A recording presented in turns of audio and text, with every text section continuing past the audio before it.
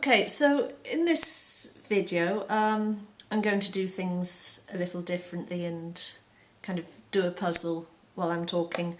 So I'm going to be looking at intermittent strabismus and latent hyperopia and why they are so intractable. For anyone who's got either one, the problem is that you can't seem to do anything about it. I see more on the strabismus forums where people are just really desperate. They've got this strabismus and they can't see properly. Maybe they've got some pain, maybe they've got balance issues, possibly joint pain, what have you. And they try prisms, they try various types of glasses or therapy, and just nothing works. And what happens with the latent hyperopia is that some hyperopia is discovered when someone goes in because they've got eye strain. So they get given the glasses for hyperopia, but then they find the glasses are too strong. If they have them half strength, then it's not really strong enough. They never really get a happy medium. So it's two different conditions, same issues really. Although in some cases, or I think in quite a few cases, it could possibly be the same condition. In the one condition is driving the other one. So why is it so intractable? These are conditions like when the hyperope goes in, discovers that their eye strain is hyperopia, if they're lucky, because it's really hard to get a diagnosis anyway. But they might be, say, in their 20s and above when that happens. Well, at that point they've been living with hyperopia for 20 years or more, so they've been learning to compensate for the condition.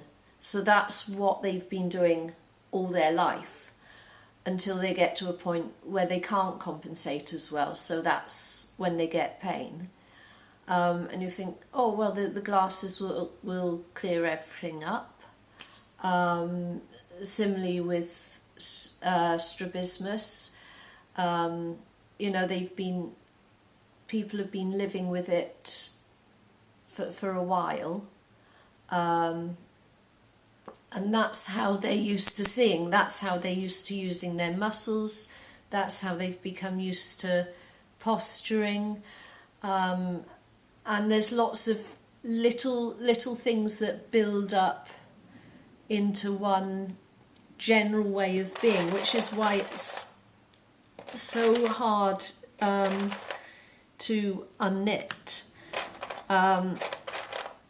Think about say if you break your leg and you have your leg in a cast, and after a while the cast comes off. Well, you're not just going to get up and walk, because during the time you've had the cast, one side of your body has been heavier than the other, for starters, so you've got to get used to balancing differently again. And also the leg that has been in a cast, you haven't been using it, so you've got to learn to bear weight on it again. So you've got to really start from scratch. So I mean, I don't know, but generally you have physiotherapy for at least several months just to get yourself working normally again. So at the very least, it does take time, and at least if you break your leg, you know what your leg was like before you broke it, so you have a memory of where you should be at, so you can aim towards it. With long-sightedness or strabismus,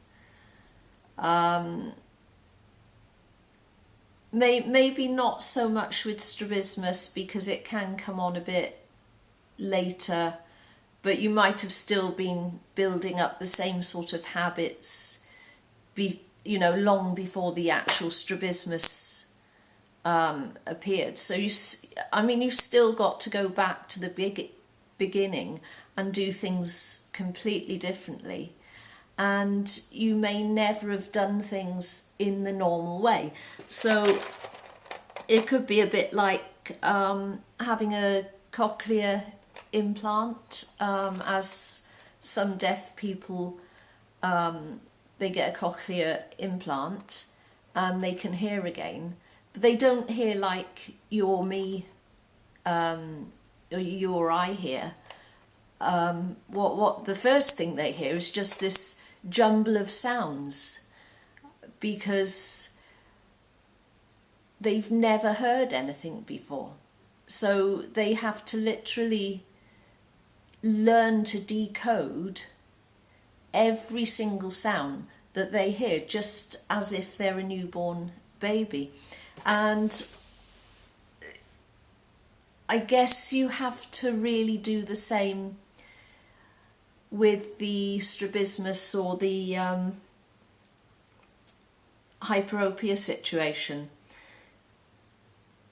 It's not just learning to relax your muscles when you see things differently for the first time.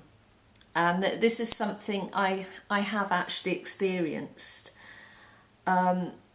It takes a while to understand what you're looking at, even if you've seen it a million times before, because the first time I looked at a page of writing with my first plus glasses, which were the first glasses that actually worked for me, I could see it so much more comfortably.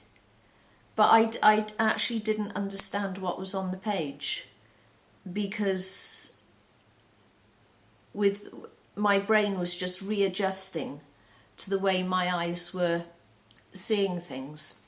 And if you think about it, very young children, they really don't have much in the way of depth perception or perspective or anything like that. Even as a 4-year-old, this is still something you have to develop as you're getting older. So maybe that might start to come in, I know, maybe about 5 or 6, or something like that. I mean, I could be wrong, give or take a few years, but what I'm saying in effect is that, for people who are really bothered by their strabismus and, they just don't seem to be making any headway with it,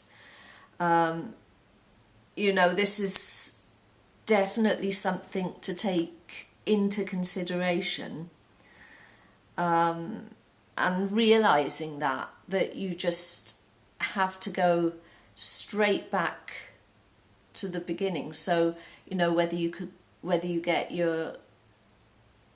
do vision therapy, or you have glasses, or you have surgery, there is still this element of going right back to the beginning and actually learning to posture differently, learning to feel your body differently, learning to see things differently, all of that. And I don't think any of that ever really gets covered by opticians or in vision therapy or anything like that.